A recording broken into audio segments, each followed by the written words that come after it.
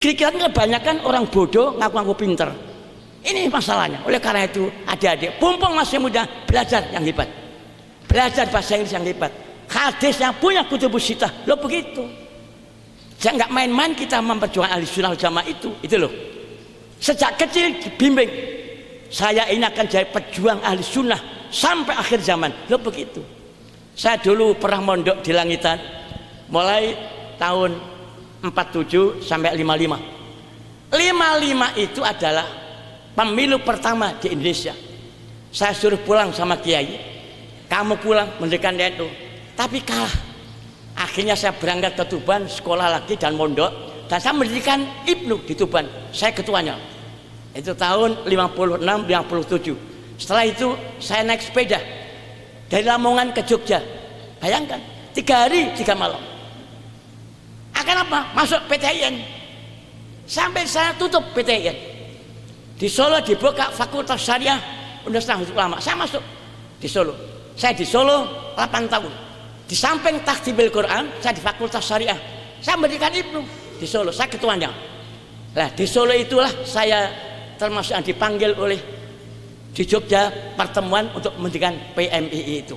Jadi saya ini sejak zaman dulu orang NU dan tidak pernah minta apa-apa kepada NU. Enggak pernah saya. Sekalipun saya pernah jadi anggota DPR, tidak pernah saya minta-minta. Karena apa? Ingin menjaga ikhlas karena Allah. Syukur saya kepada Allah. Saya dulu jelek-jelek pejabat Departemen Agama 26 tahun. Alhamdulillah nggak pernah korupsi saya. Sepeser nggak pernah. Dan istri saya 1, anak saya 8. Lahir di Madiun 3, lahir di Lampung 5. Yang lahir di Madiun hitam-hitam karena orang Jawa. Lahir di Lampung kuning-kuning karena orang di Lampung. Saya pejabat di Lampung 12 tahun. Sekalipun saya kepala penagam provinsi Lampung, saya sekretaris NU wilayah. Saya suruh masuk Golkar, saya ngomong sampai kiamat nggak mau saya. Saya menjaga iman saya. Copotan. Apa takut saya sama nyopot? Nggak ada takut sama orang. Gitu. Jadi adik-adik harus ingat perjuangan. Anak saya semua buat pesantren. Tapi syukur kepada Allah. Anak saya 8 itu buat pesantren semua. Anak 1 yang tidak. SMA 31 namanya. Tapi kalau sore di Aliyah. Anak saya 8 itu yang lulus dari S2 UI itu 4. Dan di Gajah Mada 1, yang dari Kairo 1, yang hafal Quran 2, yang nomor 5 doktor Fakultas Teknik Mesin dari Jepang, dari madrasah. Jadi nggak main-main, saya ini punya keluarga, nggak main-main. Saya harus jadi contoh bagi orang lain. Tidak hanya cukup berjuang, keluarganya jadi contoh bagi orang lain. Loh begitu, kan kadang-kadang kan kiai anaknya nggak karu-karuan. Apa kata orang lain? Anak itu loh dididik, kan gitu. Ini hadis Nabi. Apa kata Nabi? Ibda binafsik summa biman ta'ul. Mulai dari dirimu, kamu kepada orang lain. Saya bimbing anak saya, semua madrasah. Kata istri saya, Pak, kata orang-orang anak pinter madrasah besok jadi apa? Apa kata saya? Ibunya anak diem. Besok di akhirat yang ditanya itu saya, bukan ibunya. Sampai sekarang istri saya diem saja. Gak bisa. Ada anak saya namanya Rofik, itu S3, jabatannya 7, wakil sekjen MUI Pusat, dan beberapa sampai kurus setiap hari itu ngerambut itu. Jadi ada hidup ini perjuangan Allah yang mengatur. Jangan seperti kerimingat, saya aktif lah supaya jabat ini keliru seperti itu. Allah yang mengatur. Saya sering ke Departemen Agama. Dulu di Departemen Agama, saya 82 dipindah oleh menteri ke Departemen Agama. Kata kawan-kawan, anak ke sekolah madrasah besok jadi apa? Saya diem aja. Sekarang ini kalau bertemu, waduh Pak Nuril hebat ya anaknya. Apa kata saya? Iya, saya nggak korupsi kok. Sampan kan sering mendatangani kwitansi kosong kan? Mana ada yang bisa baik kalau makan barang haram? Itu. Jadi hati-hati, hati-hati hidup ini. Nggak lama kita hidup ini. Oleh karena itu pernah saya dicalonkan oleh Jawa Barat untuk menjadi calon keluarga sakinah. Apa kata saya? Saya ini gurunya keluarga sakinah itu. Yang tanya itu saya. Mengapa kok saya dicalonkan? Supaya mewakili Jabar. Oh, nggak usah. Loh, ya ada uangnya Pak. Nggak butuh uang saya. Mengapa Bapak tidak mau? Nanti semua kalah dengan saya.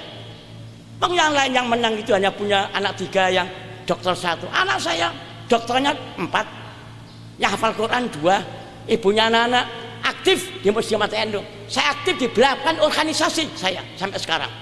MUI, IPHI, DMI, dan saya ini ketua umum FKPI, Forum Komunikasi Penyuluh Agama Islam. Itu SK dari Menteri Agama. Siapa anggotanya? 90.000 orang. Saya ketua umumnya. Kurang apa? Mesti saya akan menang. Sekasian kepada yang lain-lain. Nanti berantakan itu. Saya akan masuk. Bang, saya ini pengujinya. Jadi adik-adik, jadi orang harus jadi pedoman, jadi contoh teladan. Loh begitu. Jangan hanya pintar ngomong aja. Jangan. Ada cucu saya yang 4 tahun. Alhamdulillah sudah hafal juz amma. Juz amma itu. Kalau datang, ayo baca. Lila Fukuresin. Ini, oh ya, ini uang 50. Nah, gitu kira-kira. Kita bimbing anak kita. Kita bimbing istri kita. Istri saya itu di Muslimat Pusat, karena sekarang kurang sehat, nggak pernah aktif. Dan dulu adalah pernah jadi ketua cabang IPPNU di Solo. Ketika tahun berapa itu sebelum saya nikah. Jadi adik-adik, hidup ini perjuangan. Bukan cari makan. Allah berikan kepada kita. Jadi mari adik-adik, ciptakan diri kita. Saya jadi pejuang. Loh begitu. Ketika tahun berapa ada Ibnu itu kongres di Malang, Bung Karno datang, saya datang. Saya ketika itu ketua Ibnu cabang Tuban. Apa kata Bung Karno? Berikan saya 100 manusia baru menggoncang Himalaya. Berikan 10 pemuda sanggup menggoncangkan dunia. Ini Bung Karno. Apa kita kadang-kadang diajak apa sudah keliru seperti itu. Bukan itu, perjuang itu. Mbah Wahab itu mendirikan NU 8 tahun keliling Indonesia. Dari mana uangnya? Jual tanah, jual rumah, jual gelangnya anak-anak untuk menyatu Ahlussunnah Jamaah sebelum tahun 26. Sekarang kita ini kadang-kadang jadi ketua NU minta apa-apa. Kere, minggat, bukan itu NU. Bukan itu. Pak Idham Khalid berkata, jangan berkata saya dapat apa dari NU. Ini kata Pak Idham Khalid. Tapi katakanlah apa yang saya korbankan untuk NU. Ini Pak Idham Khalid. Kalau Pak Ahmad Dahlan pendiri Muhammadiyah, kami titipkan Muhammadiyah kepadamu. Ini artinya apa? Organisasi itu perjuangan, bukan mencari uang, bukan mencari apa. Bukan. Ini di negeri kita sekarang ini banyak salah paham. Kadang-kadang akan ada pemilihan NU cabang atau wilayah, itu rebutan bukan idealisme. Nanti kalau saya jadi ketua wilayah kan lumayanlah sering bertemu sama gubernur, kemana-mana dibiayai. Keliru kayak bukan itu NU ini perjuangan. Ini yang sekarang kita kembalikan. Adik-adik, setiap anak ke luar negeri saya induktiansinya di PBNU. Adik-adik akan ke luar negeri, akan ke Italia, kemana ini. Kamu harus ingat, idealisme yang benar Ahlussunnah Jamaah. Ini bukunya, ini Syiah, ini Khawarij, ini Mu'tazilah, ini Ahlussunnah. Nanti di Italia 4 tahun pulang jadi tokoh NU. Kalau tidak, saudara kualat. Sekarang di Kairo ada 4.000 anak-anak mahasiswa, banyak yang pindah dari NU ke organisasi lain. Mengapa begini? Apa kata mereka? Pak, NU nggak ngeramut Pak, lagi jawabnya. Oleh karena itu, mari saya tadi ngomong kepada Pak Ketua Cabang, anak-anak PMI itu perlu dirangkul. Sudah banyak, alhamdulillah rangkul. Supaya apa? Bergerak. Kalau nggak kita rangkul, dia pergi itu. Namanya anak. Di dalam ilmu jiwa, kalau itu orang aktivis, lantas nggak kita ajak, dia nyabrang kemana aja asal dia aktif. Loh itu. Nah kadang-kadang, mohon maaf, bukan di Lamongan, di mana-mana itu di Sulawesi, itu orang-orang tua NU itu kurang perhatian kepada anak PMI. Itu Pak. Sehingga banyak PMI itu beralih ke ini, ke itu, padahal dia ini PMI. Mengapa begitu? Orang tuanya kurang paham. Kadang-kadang jadi ketua itu ingin sampai mati, nggak perlu, dan ini nggak boleh. Gitu. Oleh karena itu, pumpung sama hidup, adik-adik, saya ingatkan, mari ingat, ada di Mekah itu dulu namanya Mus'ab bin Umair.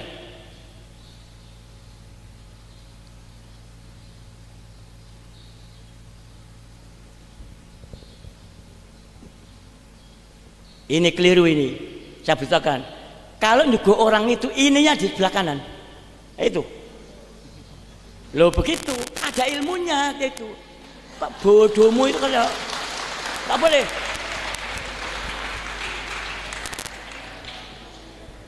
Enggak apa-apa. Ada ilmunya itu. Boyo carilah. Masa suguh aja nggak ngerti itu loh.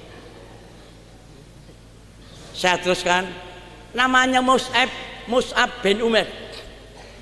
Adik-adik perlu ingat, di Mekah ada orang namanya Mus'ab bin Umair. Siapa namanya? Mus'ab bin Umair. Ini masuk Islam. Ibu bapaknya orang kafir. Karena ibu bapaknya orang kafir, ini disekat oleh orang tuanya. Kamu kalau nggak masuk, kalau masih agama Islam, ikut Muhammad, nggak saya biayai. Orang kaya, ibunya namanya Khanis, udah, dia ditahan 7 hari 7 malam, nggak diberi makan. Namanya Mus'ab bin Umair. Dia bisa keluar, lapor kepada Nabi, ya Rasulullah, apa perintah Nabi kepada saya? Kata Nabi, kamu berangkat ke Madinah, mengajak Islam di Madinah. Dia jalan kaki 18 hari 18 malam. Mekah Madinah itu 416 kilo. Bayangkan, jalan kaki 18 hari 18 malam, jalan kaki ke Madinah. Sampai di Madinah mengajar Quran kepada orang Madinah. Saking sibuknya mengajar Quran, dia gondrong, rambutnya nggak tersisir. Kata orang Madinah, Mus'ab, dulu kamu datang dari Mekah, klimis rambutmu, mengapa sekarang gondrong? Apa jawabnya? Saking sibuk saya mengajar orang Madinah kepada Al-Quran. Coba kita akan menghadapi pertemuan banyak, diundang banyak, hanya 2 kilo, nggak ada sepeda. Kenapa? Kita nggak punya jiwa juang, nggak ada itu. Ini di negeri kita. Saya ulangi lagi, ketika akan muktamar di Jombang itu, kawan-kawan di Timur Tengah ngomong sama saya, Pak Nuril, saya harapkan nanti yang menjadi ketua umum PBNU itu orang yang tidak dekat dengan Syiah. Oh iya, orang tidak dekat dengan jin, orang yang tidak dekat dengan politik praktis. Oh iya, tolong Pak Nuril proklamasikan. Katakan kawan saya di Mekah. Apa kata saya? Saya nggak akan laku. Sebab di negeri kita ini saya hampir tidak ada orang idealis. Yang ada itu wani piro.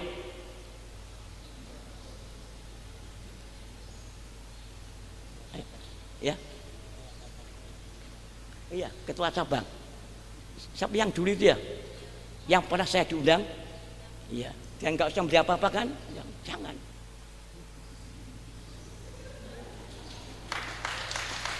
Apa saya pernah minta? Nggak ada, nggak ada.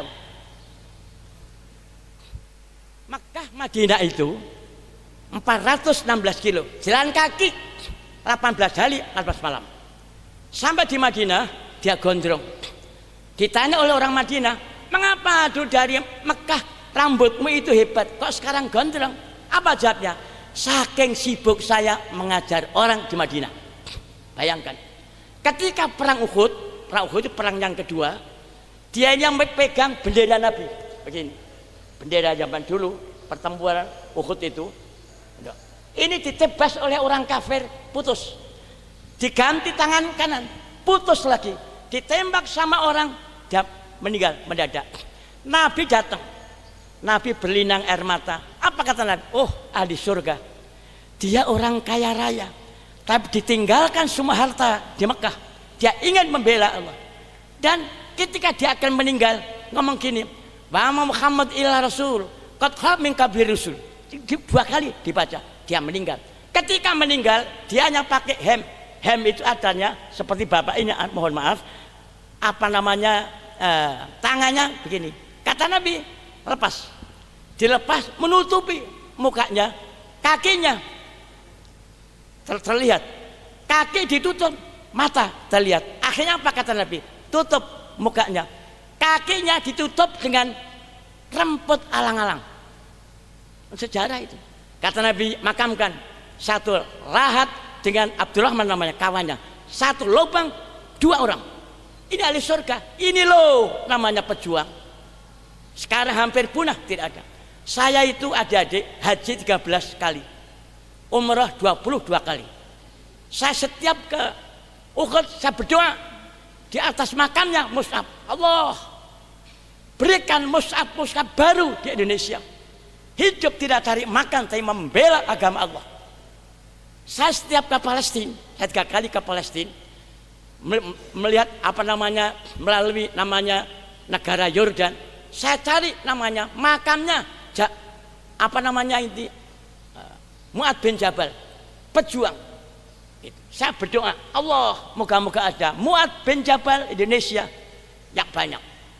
Itu namanya ingin jadi orang pejuang Islam. Ketika tahun 63 saya ke Nias karena diperintah oleh Pak Idham Khalid. Pak Idham Khalid itu guru saya. Dulu ada namanya Lembaga Misi Islam. Saya salah seorang kadernya. Saya itu baru nikah 2 minggu. Zaman dulu belum ada HP, hanya surat amplop begitu. Diperintah, Ril, kamu berangkat ke Nias. Saya berangkat. Istri saya tinggal di Lamongan. Selama tinggal, kalau enggak temu di dunia, di akhirat kita bertemu. Pada istri saya tinggal di Lamongan. Berapa bulan? 3 bulan.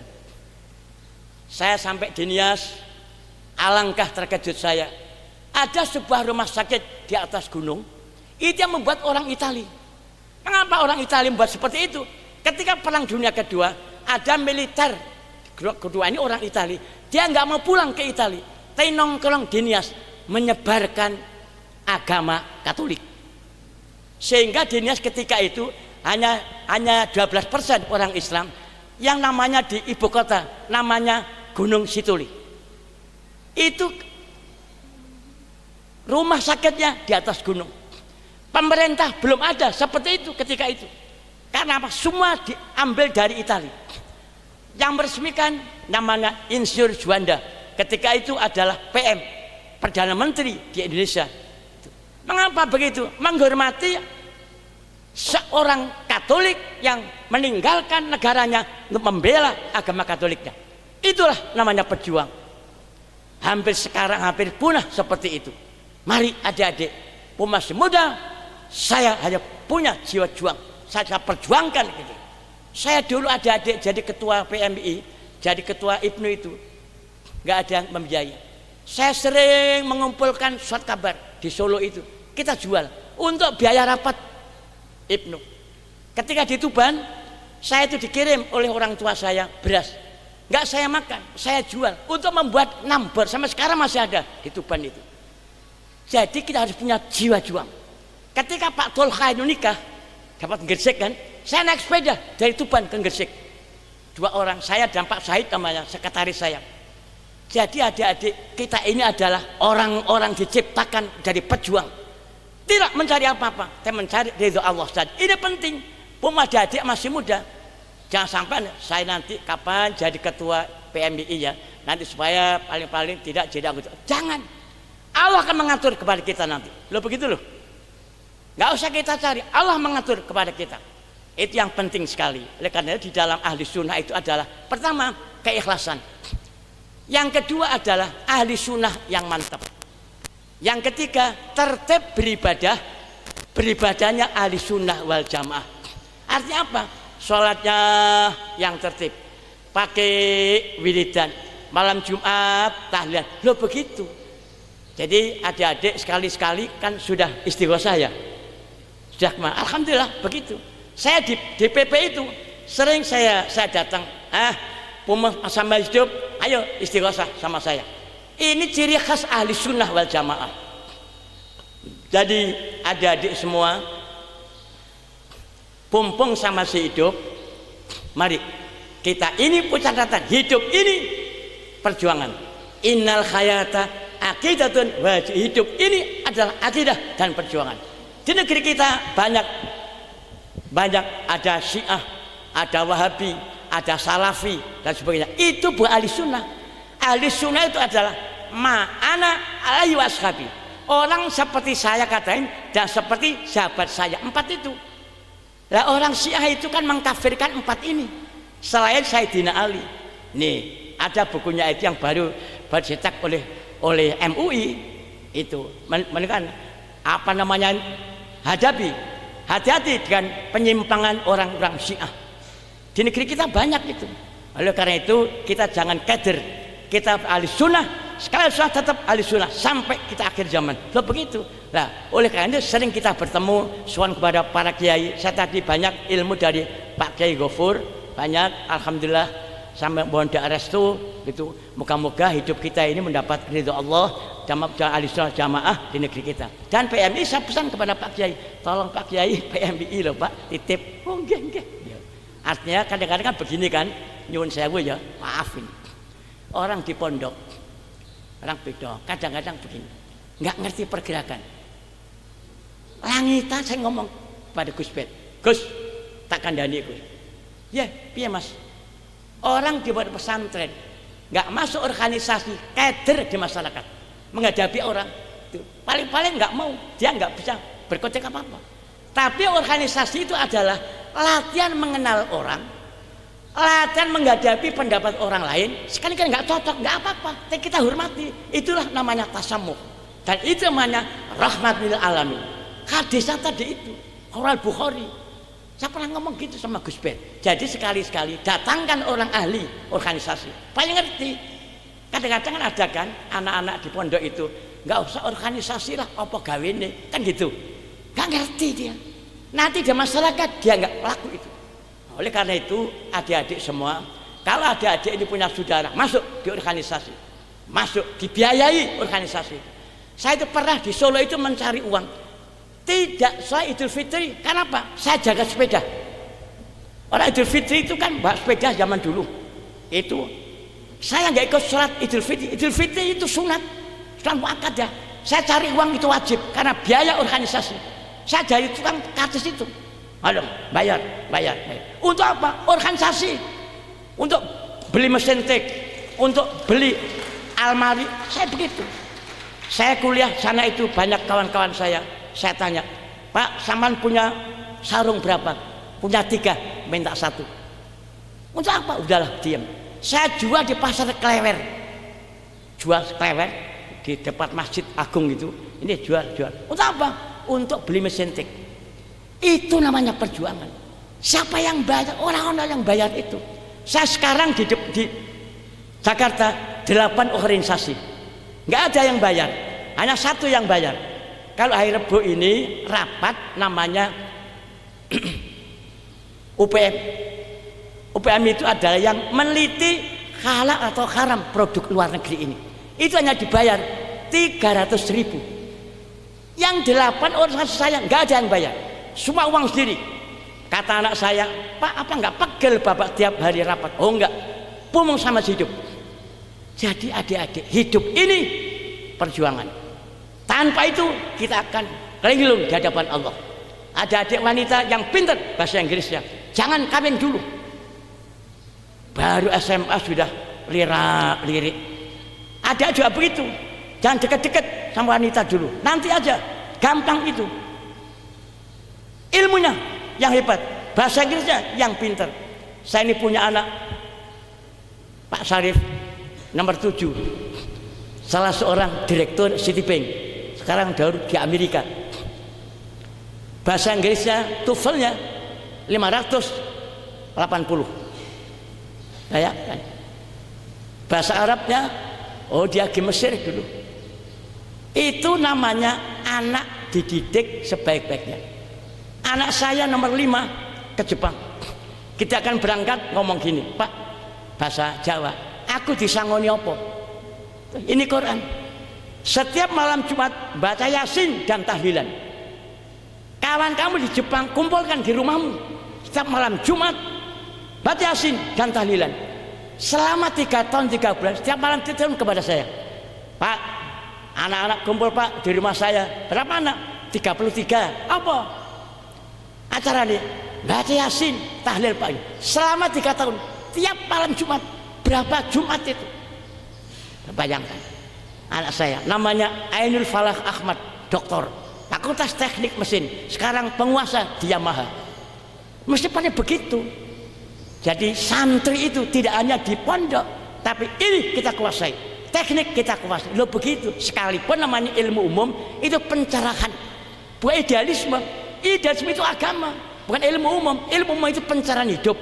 Dulu belum ada kompor, kita masak pakai kayu. Sekarang ada kompor, glep. Nah, dulu belum ada jet pump, kita pakai air, pakai timba. Sekarang ada jet pump, nah, namanya pencerahan hidup. Itu namanya di dalam pondok, namanya ilmu itu, ilmu bukan fardu ain, fardu kifayah. Kalau seorang sudah ada, nggak wajib kita. Tapi kalau ilmu agama wajib, namanya fardu ain. Ini masalahnya. Oleh karena itu, adik-adik dan bapak-bapak pembina, saya titipkan kepada bapak-bapak anak-anak kita, terutama Al-Mukarram, kita titipkan Pak Ketua NU, alhamdulillah sudah banyak yang direkrut sama sekali Pak. Harus begitu. Kita kalau kita meninggal, siapa yang meneruskan? Saya itu pernah ke Rusia. Ketika saya di Alimin ke Rusia, saya lihat mengapa PKI itu hebat. Punya generasi muda. Nih, saya ditutur. Nih, sehingga ini meninggal, ini. Kerasa meninggal, ini. Itu begitu. Lah, generasi NU ini yang intelek adalah PMII. Ini masalahnya. Oleh karena itu, yang jadi ketua NU, jadi NU yang benar, yang saya biayai. Ini mohon maaf, ini rahasia. Dan ngomong sama orang. Kalau Muhammadiyah, gini. Anak-anak, buat diambil. Kata anak-anak Muhammadiyah, nggak punya uang Pak, tak golek dia. Ini Muhammadiyah. Kalau NU, anak-anak buat jambat, nggak punya uang, ya golek diri. Ini dulu, sekarang tidak. Ini orang kita salah menghadapi. Gak begitu. Saya itu bapak-bapak di PBNU 10 tahun jadi ketua lembaga dakwah, sudah 1,5 juta kita membina anak-anak balik. Saya sudah lagi, enggak usah saya sudah 2 kali, sekarang hanya penasihat saya. Saya di MUI sudah 9 tahun, saya di DMI Dewan Masjid Indonesia, saya departemen dakwahnya, Pak Yusuf Kala itu ketuanya. Ketika ada tamu dari luar negeri, saya mewakili DMI, ada 17 organisasi diundang semua ada orang Amerika datang semua berbahasa Inggris. Saya tidak, saya ngomong gini, I cannot speak English. Terus saya bahasa Indonesia. Apa kata saya? Ini kepribadian saya. Kita tonjolkan bahasa Indonesia. Jokowi itu adik-adik di New York, di Amerika Serikat, gak bahasa Inggris, bahasa Indonesia. Namanya apa? Punya kepribadian. Menyampaikan ini bahasa Indonesia. Begitu. Bahasa Indonesia itu bahasa kita. Kalau nggak kita yang menyampaikan, siapa lagi? Itu semua orang 17 orang saya bahasa Inggris, saya tidak. Karena supaya Inggris, terus saya bahasa Indonesia. Saya wakil dari Pak Yusuf Kala, Ketua Dewan Masjid Indonesia. Begini, saya katakan, ini orang Amerika. Jadi adik-adik kita punya kepribadian. Saya sering pakai sarung, nggak apa-apa. Jambi ini kan kadang-kadang orang sarungan. Indonesia nggak ada orang sarungan, nggak merdeka. Revolusi Jihad itu semua orang sarungan. Yang merobek bendera itu orang GP Ansor. Dulu di Surabaya itu hanya namanya di negeri kita ini banyak perjuangan NU itu dimarginalkan, nggak disebut. Ini masalahnya. Oleh karena itu adik-adik yang pinter supaya bisa menggugah kembali. Ini saya ini orang anak muda NU. Loh begitu. Jangan kadang-kadang nggak berani, kadang-kadang